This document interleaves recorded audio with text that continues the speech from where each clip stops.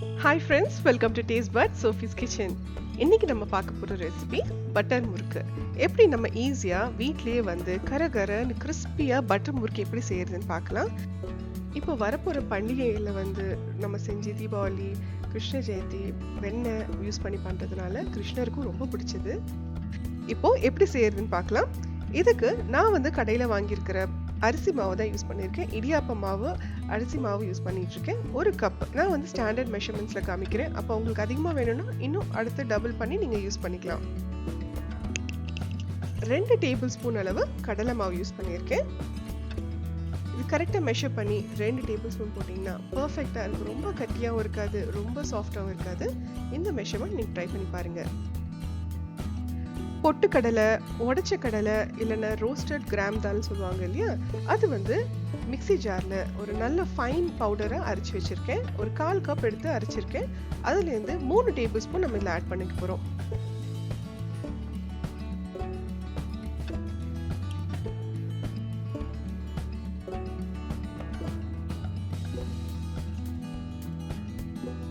ஒரு பிஞ்ச் பெருங்காயம் சேர்த்துக்கலாம்.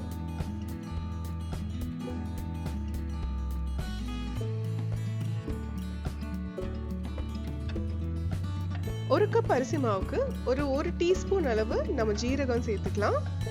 ஜீரகத்தை நல்ல கையில் வந்து மசிச்சு நம்ம சேர்த்துக்கலாம். உங்களுக்கு விருப்பப்பட்ட ஜீரகம் சேர்த்துக்கலாம், இல்லைன்னா ஓமம் கூட இதே மாதிரி 1 டீஸ்பூன் அளவு நம்ம சேர்த்துக்கலாம்.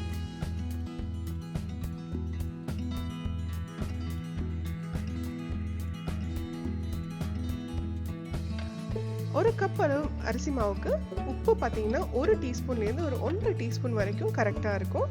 நீங்கள் நமக்கு தேவைக்கு ஏற்ற மாதிரி நம்ம ஆட் பண்ணிக்கலாம்.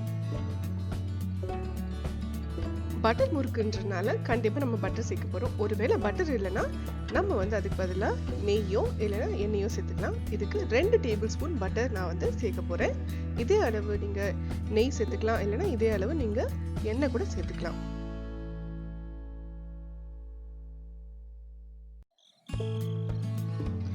தண்ணி சேர்க்கறதுக்கு முன்னாடி நம்ம இந்த ட்ரை இன்க்ரீடியன்ட்ஸ், இந்த வெண்ணெய் இதெல்லாம் சேர்த்து ஃபர்ஸ்ட் நம்ம பிசைஞ்சுக்கிறோம். இது எதுக்காகனா வெண்ணெய் வந்து ஈக்குவலாக எல்லா இடத்துலையுமே வந்து அப்போ தான் பரவும். இல்லைனா நீங்கள் தண்ணி சேர்த்துட்டிங்கன்னா வெண்ணெய் வந்து கட்டி கட்டி அங்கே இருக்கும். அதனால இது ரொம்ப இம்பார்ட்டண்டான ஸ்டெப். நல்ல கையில் வந்து பெசரி விட்டுக்கோங்க.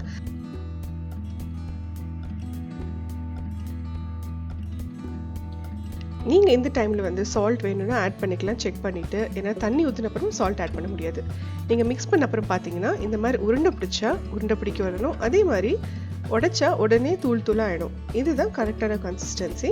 இந்த அளவுக்கு மாவு வந்து நம்ம நல்லா கலந்து விட்டுக்கணும். இப்போ வந்து தண்ணி ஊற்றி நம்ம மிக்ஸ் பண்ணிக்கலாம். கொஞ்சம் கொஞ்சமாக தண்ணி தெளித்து தான் நம்ம இது மிக்ஸ் பண்ண போகிறோம். நீங்கள் நிறைய ஊற்றிட்டிங்கன்னா அப்புறம் வந்து கன்சிஸ்டன்சி சரியாக வராது. தண்ணி நம்ம வந்து பார்த்து தெளித்து கொஞ்சம் கொஞ்சமாக தெளித்து தான் நம்ம சப்பாத்தி மாவு கன்சிஸ்டன்சிக்கு நம்ம கலந்துக்க போகிறோம். வேணும்னா அப்புறமா கூட நம்ம தண்ணி ஊற்றி கொஞ்சம் எக்ஸ்டெண்ட் பண்ணிக்கலாம்.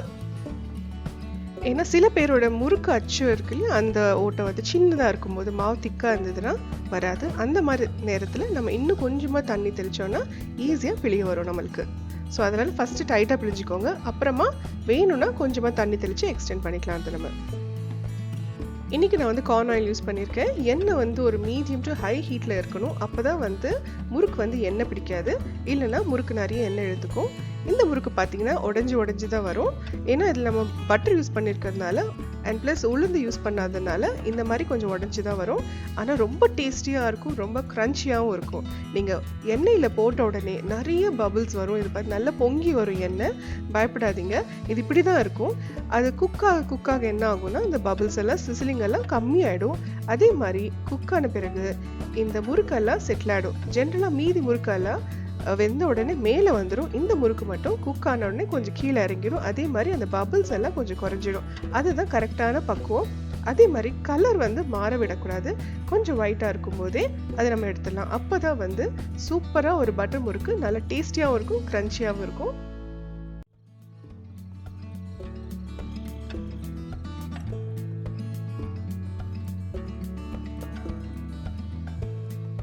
இப்போ 3 to 4 மினிட்ஸ் ஆயிடுச்சு. இப்போ முறுக்கு பார்த்தீங்கன்னா கீழே கொஞ்சம் செட்டில் ஆயிருக்கும், ஹெவி ஆகி.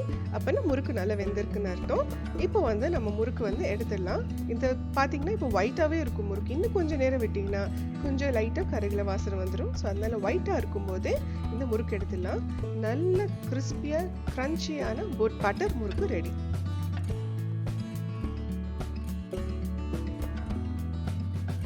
இந்த முறுக்கு பார்த்தீங்கன்னா எடுத்தோடனே நல்லா சாஃப்டாக இருக்கும். கொஞ்சம் நேரம் ஆறினோடனே நல்லா கிறிஸ்பியாக ஆகிடும் அது.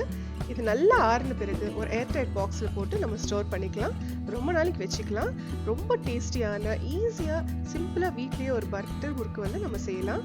கண்டிப்பாக ட்ரை பண்ணி பாருங்கள். உங்களுக்கு இந்த ரெசிபி பிடிச்சிருந்தா ஷேர் பண்ணுங்கள். வரப்போகிற பண்டிகையில் கண்டிப்பாக இந்த பட்டர் முறுக்கு டேஸ்ட் பண்ணி சொல்லுங்கள் எப்படி இருக்குன்னு. I'll wait for your comments in the comment section. இந்த சேனல் நீங்கள் ஃபர்ஸ்ட் டைம் பார்க்குறீங்கன்னா மறக்காமல் சப்ஸ்கிரைப் பண்ணுங்கள், லைக் பண்ணுங்கள். அதே மாதிரி மறக்காமல் அந்த பெல் பட்டன் அமுக்குங்க. அப்போ தான் நான் இன்னொரு வாட்டி ஒரு எக்ஸைட்டிங் ரெசிபியோட உங்களை பார்க்க முடியும். தேங்க்யூ வெரி மச் ஃபார் வாட்சிங். See you again. Bye.